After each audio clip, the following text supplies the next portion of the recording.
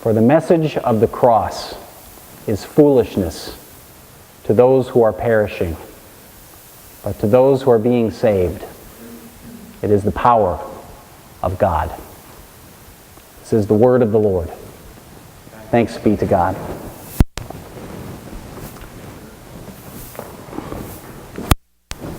I've heard a lot of Good Friday sermons most of my life. You probably have done the same. I've written quite a few. It's one of those things when pastors start thinking about Good Friday and Easter, it's a great challenge because it is the center of the story. And yet it's also a story that we look to be opened up in a fresh way, to think about, to enter into it, to think about it some more, to think about how it applies to us here now in the 21st century. So like many of my colleagues, I've been thinking a lot about Good Friday and Easter and thinking about where to enter it. And what I've kind of thought about leading up to tonight is, of all the Good Friday sermons I've heard, I think they kind of fall into three different categories. Maybe not all of them, but most of them do. And they all kind of start with the letter P. So the first kind of Good Friday sermon is about, it's personal. You know, it's kind of where you enter it. The second kind is more philosophical. It's thinking about what it means. And the third kind is parenthetical. I mean, it's about the cross, but it opens it up to talk about something else. How does it apply now? So the first one is personal. To think about the cross for yourself. It's to say, Jesus died on the cross for me. I crucified Jesus. It's to know your own sin and brokenness. It's what John Calvin called total depravity. It's to own that for yourself. To look at your own relationship with God and your neighbor and the world, and to know that it's not right and that you contribute to it not being right. And it's to see the cross and the love poured out there for you. Then there's the philosophical kind. It's taking a step back from that personal side. I think the other part about the personal side that I like to do a lot is when you read the story, you try to place yourself in it. You know, so you say, maybe I was Judas that betrayed him, or I was Peter that denied him, or maybe I'm the mother and his disciple at his feet, or the centurion who looks to Christ at the end. But the philosophical approach takes a step back a little bit and thinks about what does it actually mean? How does it work?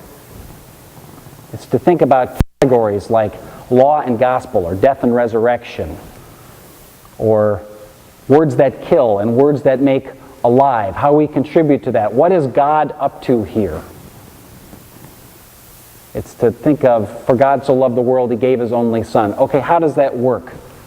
How does God redeem this world? He does it through a cross of all things. It's hard to understand. People have written volumes, and people have talked about it for centuries, trying to get it down to a nugget that maybe we can hold on to.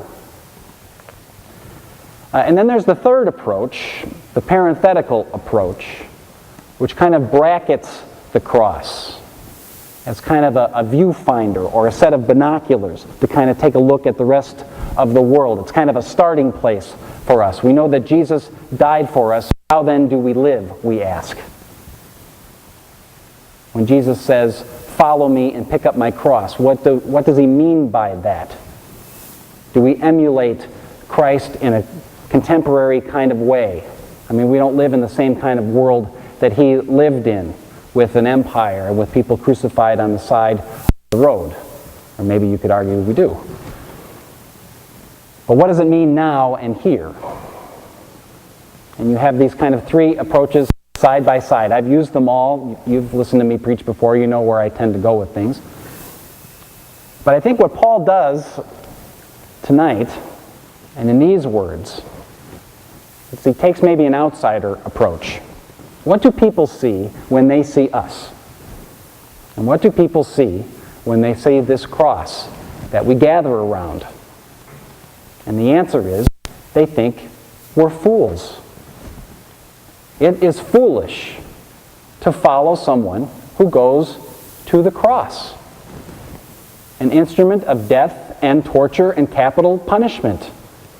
That is what happens to Jesus. To say that this is God somehow. Think of God, infinite, powerful, can do anything. And dying on a cross? Foolish. To live in a contemporary world where the old mythologies of old have mostly all passed away because we've figured out how to do things and how to understand our world a lot better, and yet cling to this story? Foolish. I don't know if you've been watching The Cosmos on TV. I have. I like it. I used to watch the old version with Carl Sagan when I was a kid with my father.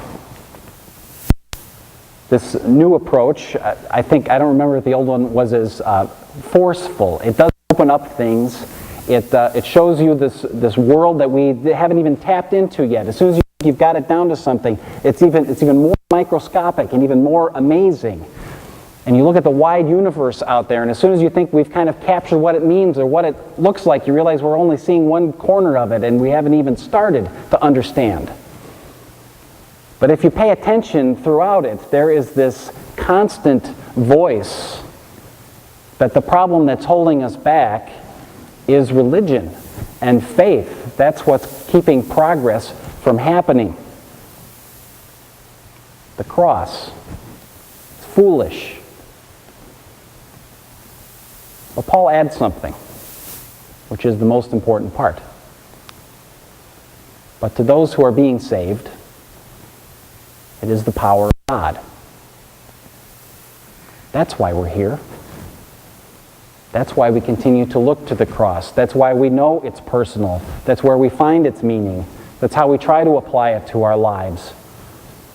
Because we know it's the power of God. It's foolishness to people on the outside looking at us, or even looking at our Jesus.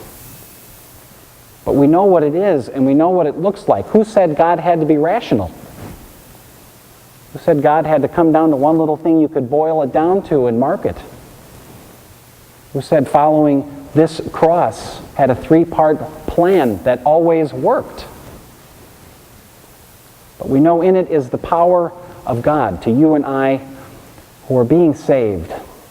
And if you want to know what it looks like, it's just as simple as something you've seen 100 times. If you've ever seen a parent that loves their child, and you know they would do absolutely anything and everything for them. That's what the cross is. God doing anything and everything for you. It is the power of God to live in this contemporary messed up world of ours when everyone's shaking their finger at us and wondering why we're so foolish. Well, this is why we're so foolish. Because we know that God has done anything and everything for us. That it's foolish, but we don't care. Because we know it's the power of being saved. And we hear tonight Jesus from the cross. He doesn't say this in the text, but it's there. Follow me. I love you. I've got you. Amen.